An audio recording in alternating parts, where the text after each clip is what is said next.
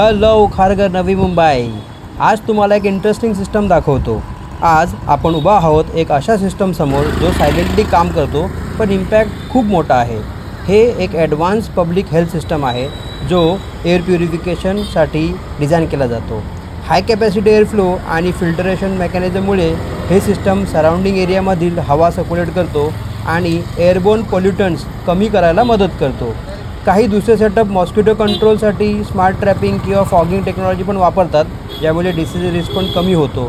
So overall cleaner air, better hygiene आणि safer environment for citizens.